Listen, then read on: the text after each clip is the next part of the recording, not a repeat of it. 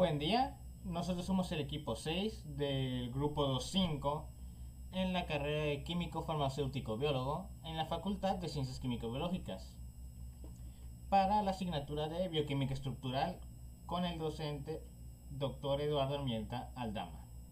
Los integrantes de este equipo son Álvarez García, Yerick Jaciel, Quintero Medina Jorge, Tyson Mendivil, Jesús Yoserín y su servidor Zabal Calderón Jesús Israel. El tema a tratar en la presentación actual es sobre la enfermedad del síndrome multisistémico inflamatorio pediátrico. Hablando en líneas generales, esta enfermedad surgió recientemente durante la pandemia. Por lo tanto, no se ha podido discriminar o detectar exactamente los mecanismos que intervienen en su desencadenamiento de esta reacción inflamatoria desmedida del sistema inmunológico. Por lo tanto, vamos a hablar en líneas generales sobre las características de este síndrome, su relación con las citocinas como reguladores de la respuesta inflamatoria del sistema inmune, algunas enfermedades relacionadas como lo son las enfermedades de Kawasaki o el síndrome de activación de macrófagos, los diagnósticos que se hacen para poder deducir su presencia, los indicadores que nos permiten precisar su presencia y la relación entre estos y el diagnóstico. Además de hablar un poco sobre el abordaje y el tratamiento que se da a los pacientes que la padecen para que puedan sobrellevarla. Entonces, ahora mi compañero Jerry Cassiel va a pasar a explicar un poco en líneas generales qué es el síndrome multisistémico inflamatorio pediátrico.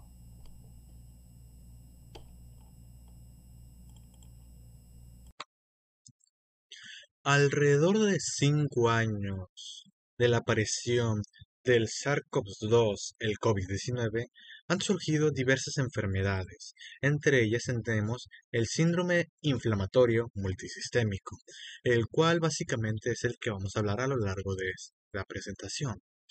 En primera instancia tenemos que es una afección alarmante con posibilidades de surgir como una complicación de síntomas en relación con una respuesta inmunitaria extrema al COVID-19.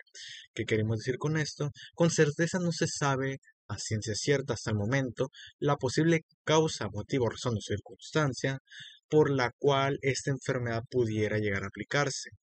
Pero lo que sí se sabe es que aplica principalmente a lactantes, es decir, aquellos niños alrededor de los 9 años para atrás.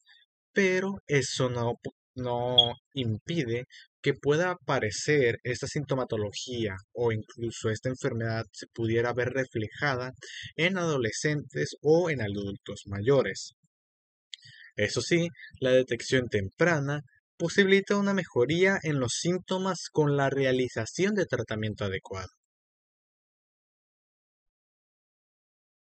causando inflamación de varios órganos, incluyendo el corazón, los pulmones, el cerebro, el estómago y los intestinos. Se ha llevado a cabo rigurosas investigaciones referente a la enfermedad y más que nada buscan un punto de partida en el cual se pueda determinar la causante de esta enfermedad. Pero principalmente para ello se ha diagnosticado cierta sintomatología para su posible detección según la OMS, que podemos apreciar en los siguientes 5 puntos. Primer punto es entre los niños y adolescentes de 10 a 19 años de edad con fiebre de 3 o más días de evolución. Al menos 2 de los siguientes criterios clínicos: rash, conjuntivitis bilateral no purulenta, signos de inflamación mucocutánea en boca, manos o pies, hipotensión o shock, disfusión miocárdica, pericarditis, valvulitis o anormalidades coronarias, incluyendo hallazgos ecocardiográficos o elevación de la troponina o el BNP. El BNP es de sus siglas en inglés, péptido natriurético tipo B, el cual puede determinar alguna insuficiencia cardíaca. Evidencia de coagulopatía, tiempo de protrombina o tiempo parcial de tromboplastina elevados, dímero D elevado. Síntomas gastrointestinales agudos, como diarrea, vómitos o dolor abdominal. No necesariamente por eh, poder decirlo de alguna manera, tener alguna de esas sintomatología quiere decir que uno contrae esta enfermedad. Uno se tiene que, es nada más para dar una idea, un foco de alerta más que nada estos criterios, ya que como he mencionado hasta el momento, no es una enfermedad que se haya desarrollado completamente en el área de la investigación. También tenemos marcadores de inflamación elevados, como eritrosedimentación acelerada, proteína C reactiva o procalcitonina elevada, estos mismos que se van a ver más adelante por mis demás compañeros. Otro ejemplo, tenemos las muestras de infección por SARS-CoV-2, la RT-PCR positivo, serología o prueba de antígeno positivo para SARS-CoV-2, interacción con pacientes afectados por SARS-CoV-2 y, claramente, sin otra causa microbiana de inflamación plausible, incluida sepsis bacteriana y síndrome de shock tóxico, estafilocócico, estreptocócico. Y con esto podemos concluir en esta sección que básicamente al tener alguno de los criterios anteriores de la sintomatología, podemos atribuir además haber contribuido anteriormente SARS-CoV-2, por lo que pudiera ser algún significado o una señal de alerta de posible padecimiento de esta enfermedad.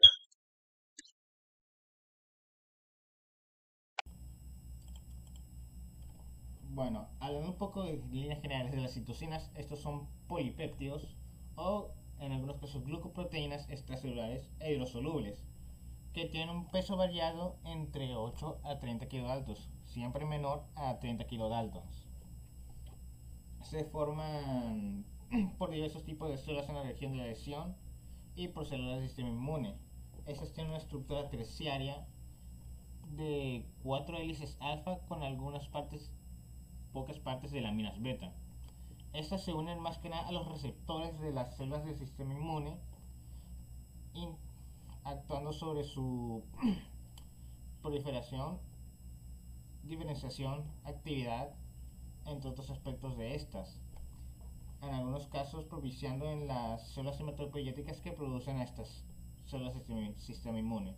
Además de que también algunas citocinas interfieren con la producción o manifestación de otras, actuando como antagonistas al competir por los receptores de dichas células del sistema inmune, existiendo aquellas de las células TH1, que son proinflamatorias, y aquellas que toleran la inflamación, que son TH2. Debido a este gran entramado de respuestas de señalizaciones que son las citocinas, y que algunas citocinas tienen actuaciones parecidas a otras en la respuesta inflamatoria, se dice que son de actividad redundante, ya que algunas realizan acciones muy similares a otras e interfieren con otras. Aún así, estos son mediadores necesarios para conducir la respuesta inflamatoria hacia los lugares donde es requerido, en la infección o una lesión, teniendo importancia a la hora de la cicatrización apropiada de la herida. Pero sin embargo, una producción exagerada de estas en las denominadas tormentas citocinas pueden llevar a manifestaciones sistemáticas de inestabilidad hemodinámica o con disturbios metabólicos que pueden generar daños al órgano o provocar manifestaciones generalizadas en todo el cuerpo de inflamación que pueden llevar a un shock. Las citocinas se dividen en interleucinas, algunos tipos de estas que son los que vamos a tratar son la interleucina 1, 6 y 10, que son las que más nos importan.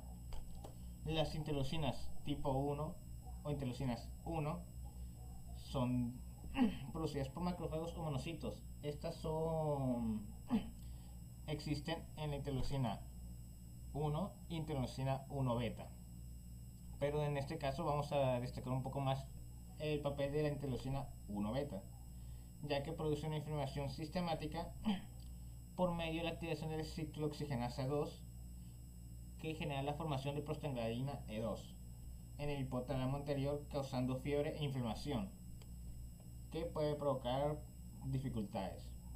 La interleucina 6, segregada por muchos tipos de células como los macrófagos, manocitos, eosinófilos, hepatocitos y de la glia, es una proteína, una interleucina proinflamatoria que genera la madurez y diferenciación de los neutrófilos, de macrófagos y de los linfocitos C citotóxicos y células natural killer. O en otras palabras, tiene un papel importante a la hora de la diferenciación y maduración de varias células del sistema inmune que interfieren en la respuesta inflamatoria, por lo cual tiene una gran actuación a la hora de la manifestación del síndrome de multisistémico inflamatorio pediátrico. Por último, la interleucina 10 tiene un papel más antiinflamatorio, ya que inhibe las citocinas proinflamatorias, principalmente los factores de necrosis tumoral, la interleucina 1 y la interleucina 6 que ya mencionamos. Esto se produce por macrófagos manocitos activados, estimulando la producción endógena de citocinas antiinflamatorias.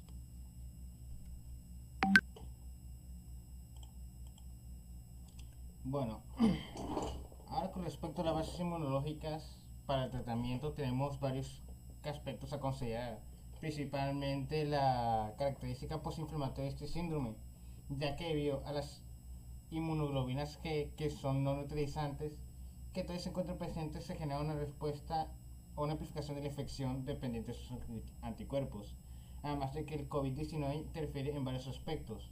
Por ejemplo, este contiene superantígenos que se unen directamente a los receptores de las células T alfa y beta, lo que produce una inflamación similar al del shock tóxico que genera el Staphylococcus aureus. También una respuesta retardada que en forma de tormenta de citocinas, debido a que el COVID-19 nuevamente interfiere con las respuestas inmune para interferir en la replicación viral, afectando los interferones tipo 1 y 3, generando una respuesta tardía, como ya se dijo, y un incremento de inflamación que puede ser multisistémico y desencadenar una falla multiorgánica. El daño epitelial generado también produce la manifestación de un fenotipo de vasculitis debido a la endotelitis local secundaria, que tiene una interferencia de la interleucina 1 beta y 1 6 bastante grande, generando una acumulación de células inflamatorias que tiene apoptosis y piroptosis. Además de que hay varias obstrucciones a nivel del sistema sanguíneo, con lesiones de vasculitis y obstrucción a nivel de vaso sanguíneo, generando infartos. Dentro de los marcadores inflamatorios más reportados se encuentra un aumento en las citocinas, en concentraciones séricas de interferones, interleucinas 6 y 1 beta, factor de necrosis tumoral y aumentos reactantes como leucocitos, neutrófilos, proteínas C reactiva, procalcitonina y ferritina. En la epidemiología tenemos que se manifiesta bastante más en los hombres, teniendo un estudio que mostró un 56% de radia. Otro estudio de Cornicel que mostró un 59.67% de manifestación en los hombres y que tiene una mayor fatalidad en estos mismos. Esto se relaciona más que nada de una enzima, una mayor expresión de esta ACE3 y de consecuencias inmunológicas ligadas al cromosoma X. También hay variación en la raza, teniendo una mayor manifestación en afroamericanos con un 25-62% e hispanos con un 30-40%, reduciéndose en la población blanca caucásica de 15 a 25% y un 28% en asiáticos, lo que se diferencia de la enfermedad de Kawasaki, que se manifiesta más que nada en asiáticos. Otro estudio norteamericano tiene que en la fase de infección aguda severa se asocia a varios síntomas como comorbilidades y función respiratorias. En cambio, en los niños diagnosticados, un 90% reportaba problemas gastrointestinales, un 66.7% un compromiso cardiovascular requiriendo soporte trópico, mientras que un menor número reportaban síntomas de tracto respiratorio inferior y comorbilidades o algunas enfermedades adicionales aparte del síndrome.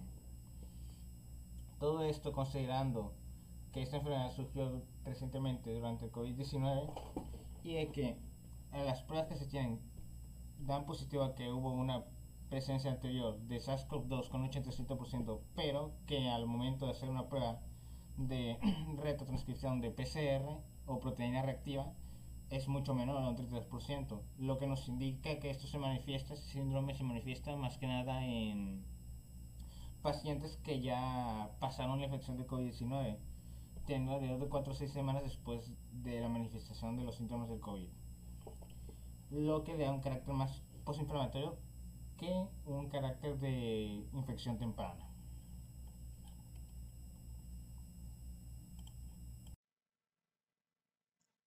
Hola, mi nombre es Jesús Jocelyn Tavizón Mendívil y hoy les hablaré un poco sobre la enfermedad de Kawasaki. Esta es una afección un poco rara que ataca principalmente a los niños pequeños. También es conocido como síndrome de ganglios linfáticos mucocutáneos. Esta es una inflamación de los vasos sanguíneos, donde nuestro propio sistema inmunológico ataca a nuestro propio cuerpo, en este caso a los vasos sanguíneos. Asimismo, las causas de esta enfermedad aún no son descritas, ya que los investigadores no han logrado obtener completamente la razón de esta afección. Pero básicamente es que los vasos sanguíneos se inflaman y estos pueden estrecharse o cerrarse por completo. También la genética es un factor muy importante, los factores ambientales como infecciones, por más mínima que sea la infección, pues puede afectar a que cualquier niño sea propenso a esta enfermedad. Por ejemplo, si vas a un hospital, es un lugar donde hay muchos virus, muchas enfermedades, entonces si el niño está débil, puede adquirir esa enfermedad. La sintomatología. Bueno, las principales síntomas son fiebre muy alta. Si tu fiebre perdura por lo menos 5 días, es una alerta. Asimismo, salpullido, por lo menos en espalda, pecho y la ingle, manos y pies muy hinchados, enrojecimiento de los labios y al revestimiento de la boca, lengua, palmas de las manos y de los pies. Asimismo, conjuntivitis y el ganglio linfático inflamado en el cuello, como podemos observar en las diversas imágenes. Aquí vemos el hinchado, la temperatura, enrojecimiento de palmas, de los pies, de las manos, etc. Entonces, si tú ves que tu hijo tiene algunos de estos síntomas, pues lo mejor sería que acudas a tu médico para que logre darte un diagnóstico a tiempo. Asimismo, también puede afectar a adultos si están en contacto con algún paciente, en ese caso algún niño, menores de 5 años por lo general, y puede afectar a cualquier persona, pero más que nada a los niños. Es por eso que no siempre digan, solo a los niños, no, también puede afectar a adultos para que lo tengas en cuenta. Y el diagnóstico y el tratamiento. Al ser una enfermedad que no se ha diagnosticado como tal, no existe una prueba para saber si tú tienes esa enfermedad o no. Pero puedes realizar un examen físico, incluyendo signos, sintomatología, detectar signos de inflamación, o sea, si tú ves que tu hijo tiene fiebre, mucho salpullido, enrojecimiento, ya son signos que uno debe de ir tomando en cuenta y asistir al médico y el médico ya va a realizar un chequeo general y él podrá darte un diagnóstico. El tratamiento, como antes lo mencioné, no hay una causa, entonces una prueba tampoco existe y por lo tanto un tratamiento sería muy complicado tener si no sabemos qué lo ocasiona. Pero por lo tanto, si tú vas a un hospital, pues por medio de intravenosa te ponen suero, antiinflamatorios, analgésicos y anticuerpos, los cuales si tu cuerpo los acepta va a ir contrarrestando la infección y poco a poco te vas a ir mejorando. También dicen en algunos artículos está que la aspirina puede ser parte de este tratamiento. Solo si en dado caso de que tu médico te lo asigne. Tú todo el tiempo, como han escuchado, nunca te automediques, solamente diagnostica los síntomas que tú tienes y di, bueno, es que tengo eso, puedo tener esta enfermedad, pero tú no te automediques. Y tenemos el síndrome de activación de macrófagos, también abreviado por sus siglas SAM. Este es un trastorno grave y poco frecuente. Es del sistema inmunológico, que básicamente es una respuesta inflamatoria donde se activan los macrófagos y los linfocitos T. Este puede causar grandes daños en nuestros órganos internos y puede afectar a cualquier persona de cualquier edad. Ahora sí que nadie se salva, cualquier persona puede ser afectado por este síndrome. También las características principales para que tú lo logres detectar de cierta forma desde tu hogar sería una fiebre persistente, o sea, el primer síntoma es que vas a tener fiebre. También un aumento del tamaño del hígado y del vaso. Estos quizás tú no, pues como tal, no lo vas a saber, pero sí va a haber como que algunas cositas que tú te sientas raro, entonces acudes a tu médico. También una disminución de glóbulos blancos, plaquetas y glóbulos rojos. Considero que esa sí la podrías notar porque te vas a sentir un poco más débil y ese tipo de cosas, pero con un estudio de sangre podrás estar más seguro. También puedes tener hemorragias, también hipotensión debido a una inflamación sistemática muy severa. Un marcador clave es la elevación de ferritina, ya que cuando tú tienes el síndrome de macrófagos de activación, todo el tiempo la ferritinina está muy alta. Y por último, también puedes tener confusión, convulsiones o el coma en el peor de los casos. Entonces, si tú consideras que en dado caso pudieras llegar a tener este síndrome, lo principal, acudes a tu médico y él te hará las pruebas persistentes para que tú estés un poco más tranquila.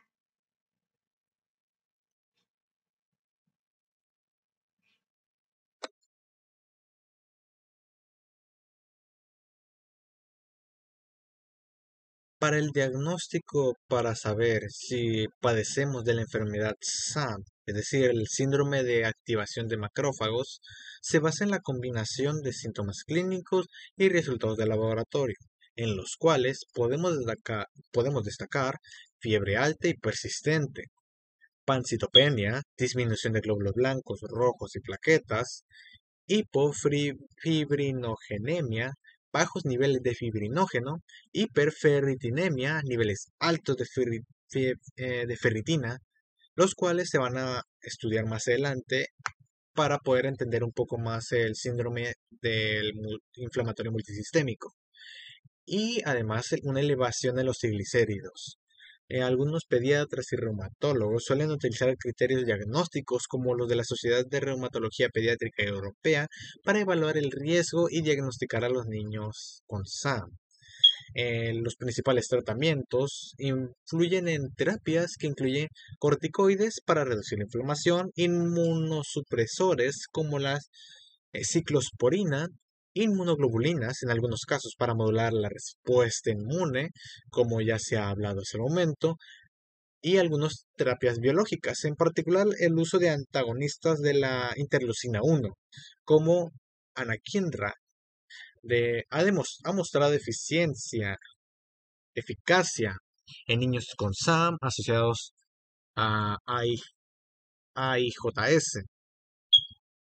El pronóstico de los niños con SAM ha mejorado con el reconocimiento temprano y los avances de tratamiento, pero sigue siendo una condición que requiere atención médica urgente y especializada.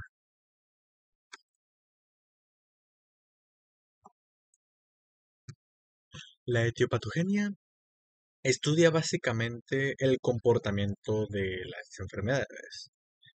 En este caso, nuestra protagonista no es conocida con exactitud, sin embargo se plantean algunos mecanismos fundamentalmente extrapolados de formas graves de la infección por COVID-19 en adultos, así como en otras afecciones de curso similar en niños. Entonces, a continuación, vamos a ver cuáles son las teorías, las hipótesis que se han generado. Tenemos que el SARS-CoV-2 inicia su mecanismo patogénico uniéndose por su proteína S, spike de punta o de espiga, a la superficie del receptor de la enzima convertidora de angiotensina 2, que es expresada en cantidades significativas en las células epiteliales de la cavidad nasal, células alveolares y células alveolares del pulmón. Aún así, er, estudiando diferentes etnias a lo largo del mundo, no se ha llegado con certeza a una conclusión específica, ya que sí ha habido bastantes valores, difieren bastante los valores entre una comunidad y otra. Es decir, debido a las diferencias en la frecuencia de aparición en distintas poblaciones étnicas y en el curso de la enfermedad en diferentes grupos de pacientes, se cree que algún factor genético podría influir en la etiología del síndrome inflamatorio multisistémico, aunque dichos factores de riesgo son pobremente entendidos. Ahora bien, ampliamente hablando, las asociaciones genéticas con la COVID-19 encontradas incluyen genes involucrados en funciones antivirales, la entrada del virus a la célula, regulación de la inmunidad, quimiotaxis de los leucocitos y la función citolítica linfocitaria. Aunque escasas, algunas investigaciones en niños con este síndrome inflamatorio multisistémico han identificado mutaciones en los genes relacionados con la vía citosílica de la perforina, lo que provocaría una disrupción de la función citolítica mediada por linfocitos y podría resultar en un incremento de la liberación de citocinas proinflamatorias de las células diana. Sin embargo, el carácter posinfeccioso hace pensar que una respuesta inmune mal organizada, exacerbada por anticuerpos IgG, juega un papel más importante en su patogenia que el daño celular directo por la infección viral.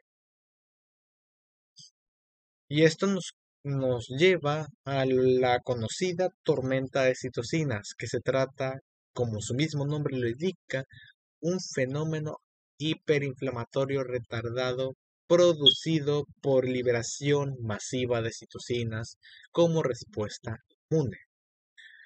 Una de las hipótesis propuestas para esta liberación masiva es que este es causado por la habilidad del coronavirus para bloquear las respuestas de las interferones tipo 1 y 3 en pacientes que presentaron una carga viral inicial elevada o que no pudieron controlar la replicación viral y ello resulta en una liberación excesiva posterior.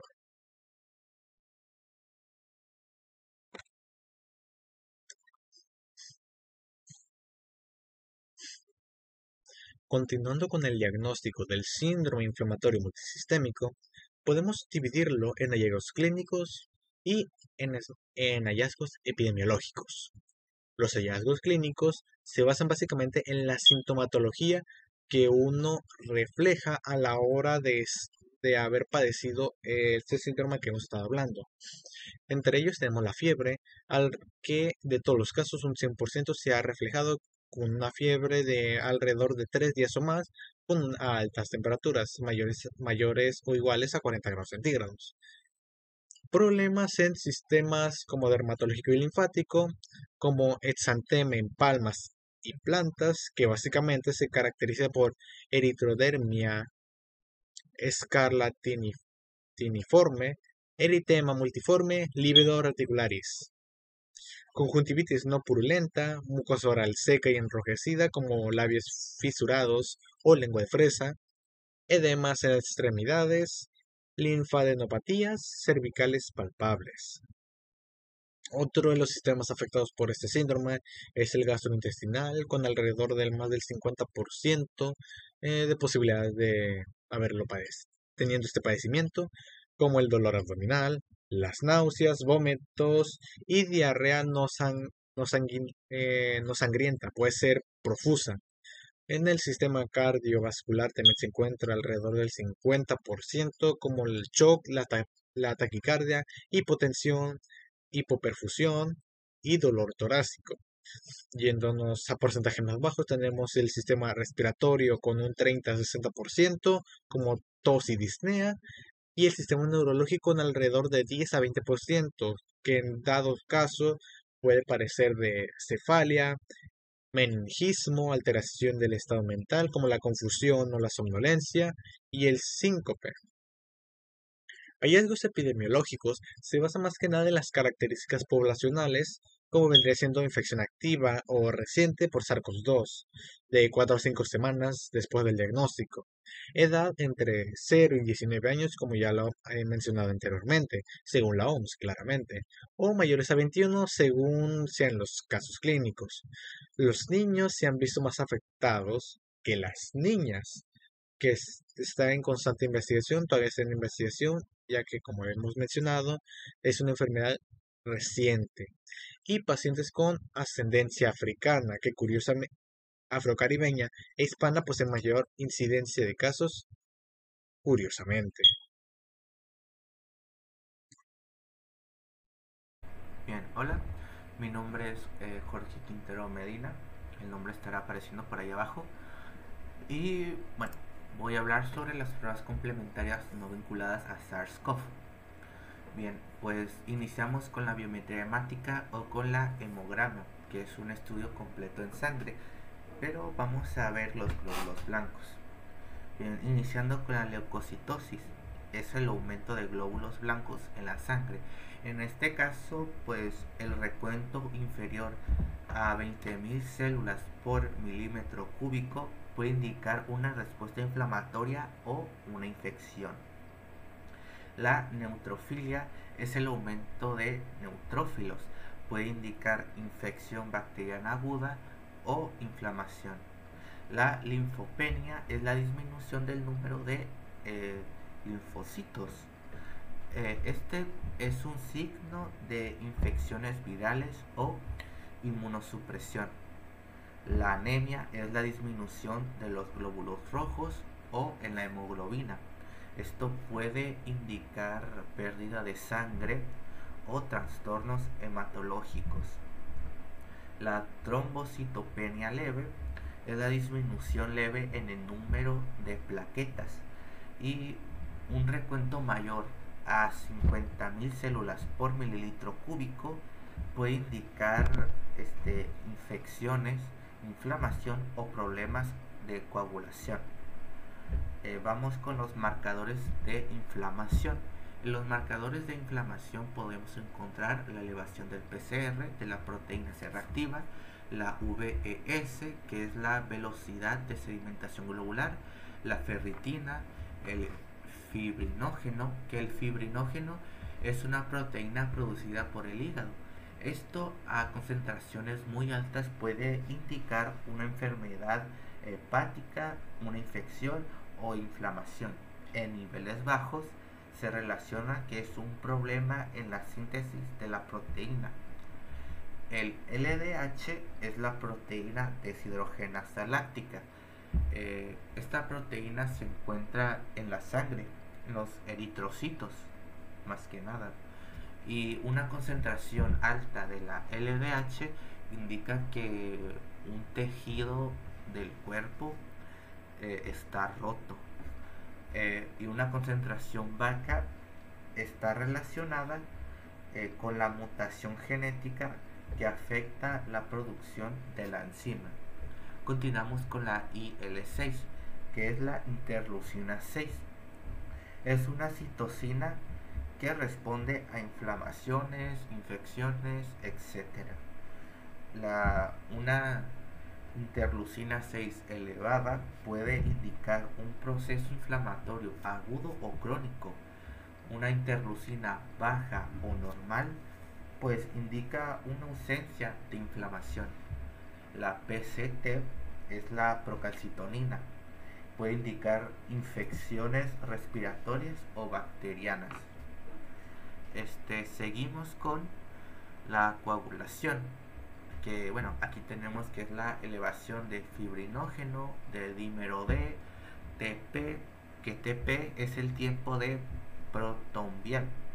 Mide el tiempo que tarda la sangre en coagularse a través de la vía extrínseca de la coagulación. Y TTPA, que es el tiempo de tromboplastina parcial activada. Esto mide en cuánto tiempo se forma un coágulo en la muestra de sangre. Continuamos con las pruebas bioquímicas y tenemos la hiponatremia, que la hiponatremia es el nivel de sodio anormalmente bajo en sangre. También tenemos a la hipoalbuminemia, que la hipoalbuminemia son los niveles bajos de albumina en sangre. Así también tenemos la elevación de transaminasas, creatina, BUN, que el BUN es el nitrógeno ureico en sangre. En concentraciones elevadas puede indicar una disfunción renal, deshidratación, sangrado gastrointestinal y shock o insuficiencia cardíaca. En una concentración baja puede indicar enfermedad hepática grave o hiperhidratación. Continuamos con marcadores cardíacos. Aquí tenemos al NT-proBNP, que significa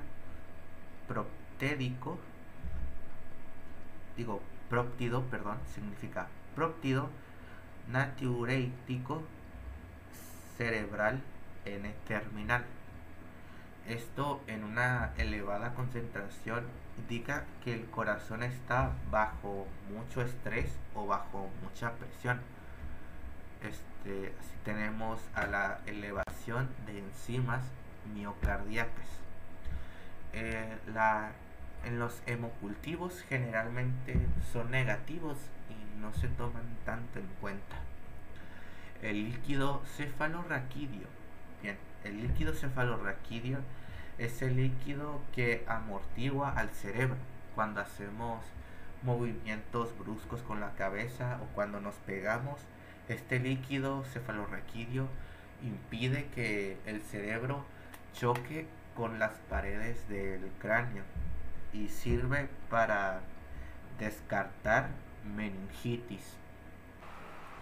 Ahora vamos con las pruebas complementarias vinculadas a SARS-CoV. La prueba de SARS-CoV es positiva en la mayoría de los casos por una infección aguda o reciente. En todo paciente con sospecha del síndrome inflamatorio multisistémico pediátrico o infantil, se recomienda realizar mínimo la realización de una prueba RT-PCR, o sea, la proteína C reactiva. En caso de resultar negativa y si existe una sospecha clínica elevada, se recomienda repetir en las siguientes 24 a 48 horas. Se recomienda realizar siempre serología independientemente de la RT-PCR. En caso de RT-PCR negativa con serología negativa y alta sospecha clínica, se recomienda repetir serología a las 3 a 4 semanas del ingreso.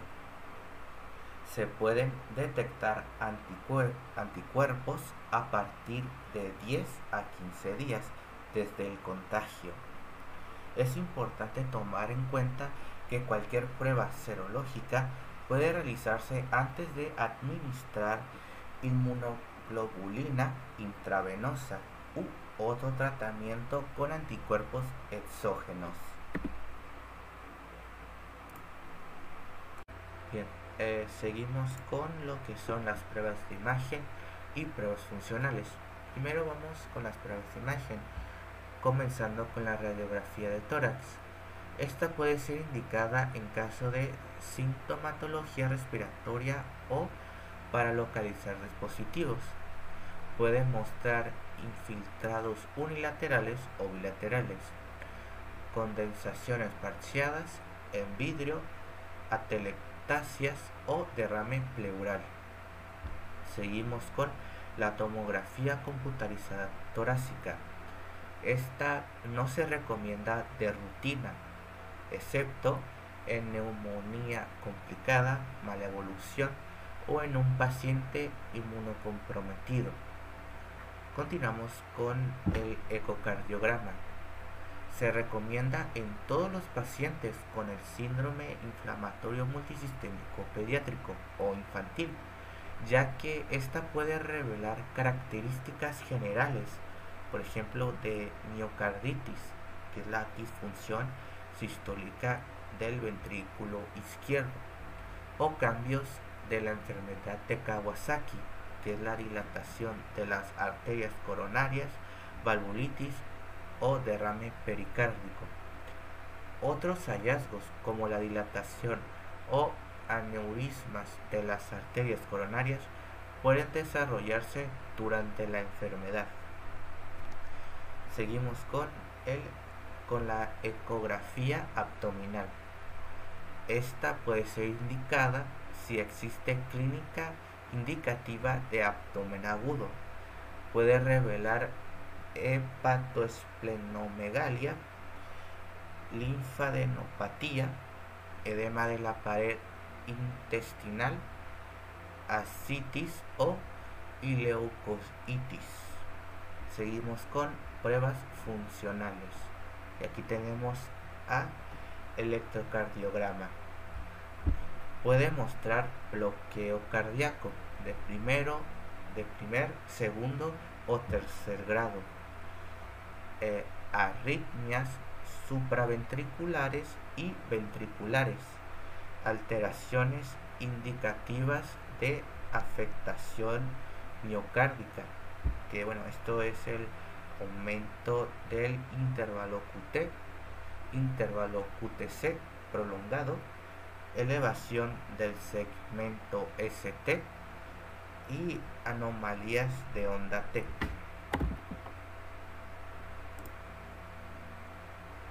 Ok, continuamos con la prueba del dímero D. Bien, ¿qué es la prueba del dímero D? Bien, es una prueba que busca el dímero D en la sangre, un fragmento de proteína que se produce cuando un coágulo de sangre se disuelve en el cuerpo. En general, el dímero D no se encuentra en la sangre, a menos que su cuerpo esté produciendo o descomponiendo coágulos de sangre. Bien, ahora, un coágulo de sangre es una masa de sangre que se forma cuando las plaquetas, las proteínas y las células de la sangre se unen. Por ejemplo, cuando usted se lastima o se corta, su cuerpo forma un coágulo de sangre para detener el sangrado. La coagulación es un proceso importante que evita la pérdida excesiva de sangre cuando nos lesionamos, cuando nos cortamos, cuando nos raspamos, cuando nos rasguñamos, etc. Bien, ¿para qué se utiliza esta prueba? La prueba del dímero D se usa para verificar si es posible que tenga un coágulo de sangre. La prueba ayuda a determinar si necesita más análisis para detectar trastornos de la coagulación de la sangre. También se puede utilizar para controlar que también están funcionando los tratamientos para un trastorno de la coagulación, como la coagulación intravascular diseminada. Los trastornos de la coagulación para los que se puede utilizar la prueba del dímero D incluyen la trombosis venosa profunda, un coágulo que se forma en una vena profunda del cuerpo. Suele afectar la parte inferior de las piernas, pero también otras partes del cuerpo. La embolia pulmonar es una obstrucción en una arteria de un pulmón. Suele ocurrir cuando un coágulo de sangre en otra parte del cuerpo se desprende y llega a los pulmones. Los coágulos de trombosis venosa profunda son una causa común de la embolia pulmonar. La coagulación intravascular diseminada, afección que causa la formación de demasiados coágulos de sangre. Pueden formarse en todo el cuerpo, provocando daño a los órganos y otros problemas de salud graves. Puede ser causada por inflamación, infección, incluso cáncer. Así que es complicado. Accidente cerebrovascular. Puede ocurrir cuando el suministro de sangre a una parte del cerebro es bloqueada, o sea que no llega sangre al cerebro.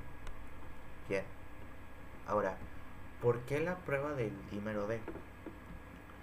Bien, usted podría necesitar esta prueba si tiene síntomas de un trastorno de la coagulación de la sangre, como trombosis venosa profunda o embolia pulmonar. Bien, los síntomas de una trombosis venosa profunda en la pierna incluyen dolor o sensibilidad en las piernas, hinchazón de las piernas, enrojecimiento u oscurecimiento de la piel de la pierna, o sea que se va volviendo más, por ejemplo, negro, como un moretón, piel que se siente cálida. Los síntomas de la embolia pulmonar incluyen la dificultad para respirar, tos, dolor del pecho, latidos cardíacos rápidos o respiración rápida. Bien, muchas personas con embolia pulmonar no pueden llegar a presentar síntomas. Tanto la trombosis venosa profunda como la embolia pulmonar requiere rápido tratamiento médico. Si tiene síntomas de trombosis venosa profunda y no está en un lugar de atención médica, es mejor que llame a su profesional de la salud. Si tiene síntomas de una embolia pulmonar, busquen atención médica inmediata. Es mejor prevenir que lamentar. Y bueno, ahora vamos con las proteínas necesarias para los exámenes que pueden indicar pues infecciones o enfermedades en el cuerpo. Bueno, pues primeramente vamos con la ferritina. La ferritina, primero que nada, pues es una proteína que almacena hierro en las células, principalmente en los monocitos y en los macrófagos. Bien, ahora, la cantidad de ferritina en la sangre está directamente relacionada con la cantidad de hierro almacenado en el cuerpo. El hierro se necesita para hacer glóbulos rojos saludables. Estas células transportan oxígeno a los tejidos del cuerpo. Su proveedor puede recomendar este examen si usted tiene signos o síntomas de la anemia debido a la falta de hierro. La anemia es una afección en la cual el cuerpo no tiene suficientes glóbulos rojos saludables. Bueno, ahora vamos con PCR, que es la proteína C reactiva. La PCR es una proteína producida por el hígado en respuesta a la inflamación. Es decir, cuando hay inflamación en el cuerpo, los niveles de PCR aumentan rápidamente. Se utiliza para detectar procesos inflamatorios, infecciones o enfermedades autoinmunes. Es un marcador inespecífico de inflamación y puede estar elevado en enfermedades como infecciones bacterianas, artritis reumatoide, enfermedades cardiovasculares, entre otros. La VSG, la velocidad de sedimentación globular. La VSG mide la rapidez con que los eritrocitos, o sea, los glóbulos rojos, se depositan en el fondo de un tubo en una hora. Un aumento en la velocidad puede indicar inflamación en el cuerpo. O sea, básicamente, pues imaginemos que este es un tubo, ¿ok? Entonces vamos a agregarle un poco de sangre, un poco de suero de la sangre.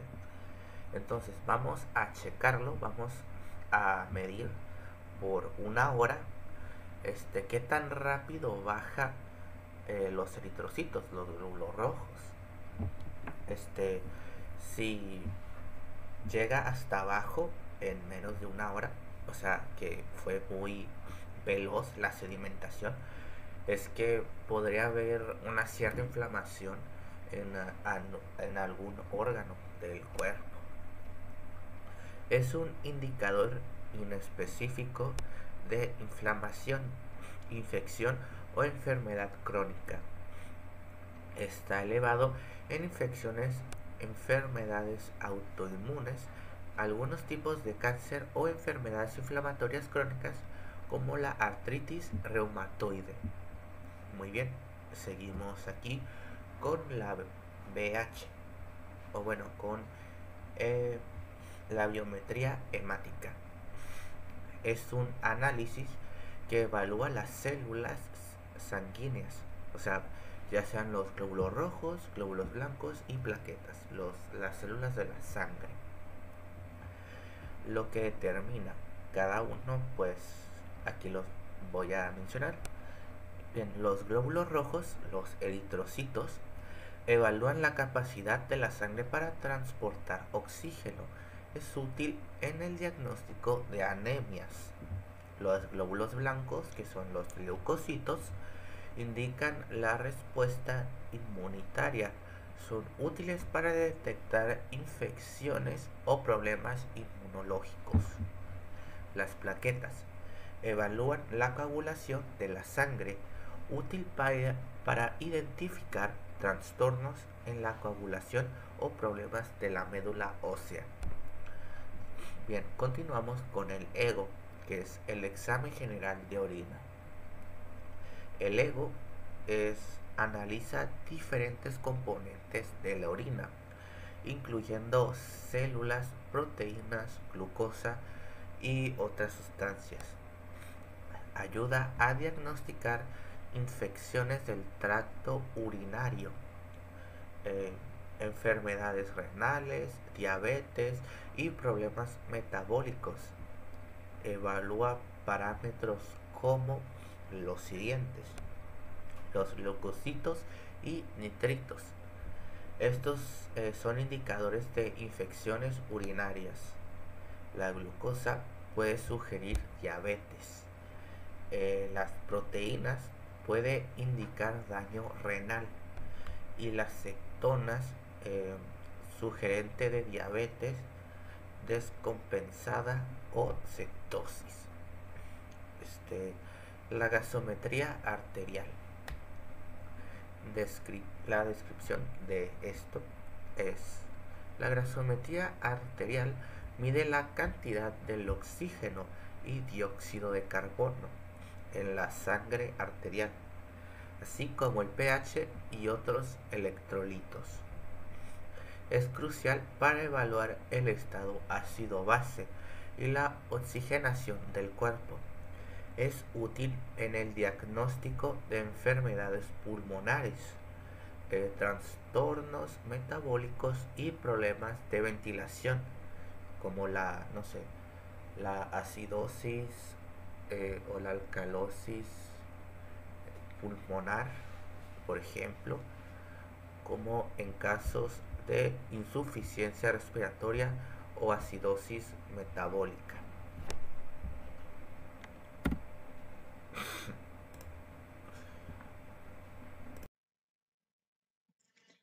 inflamación en el diagnóstico. Bueno, la inflamación e infecciones del PCR y BSG son marcadores de inflamación. Estos se usan principalmente para confirmar algún proceso de inflamación o infección, aunque este no puede determinar la causa exacta. Para que lo tengas en cuenta, también serían anemias y trastornos inmunológicos.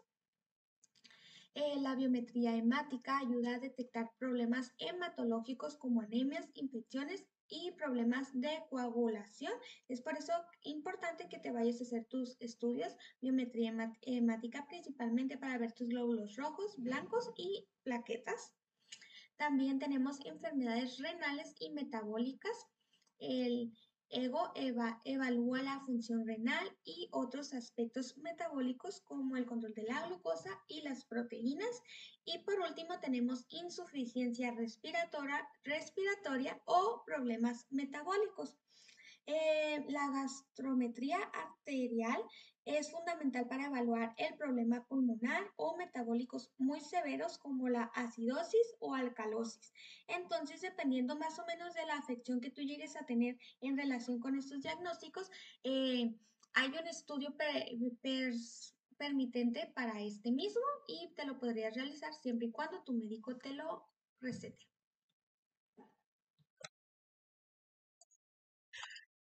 Para niños con este síndrome multisistémico inflamatorio pediátrico, reciben tratamientos especiales en hospitales.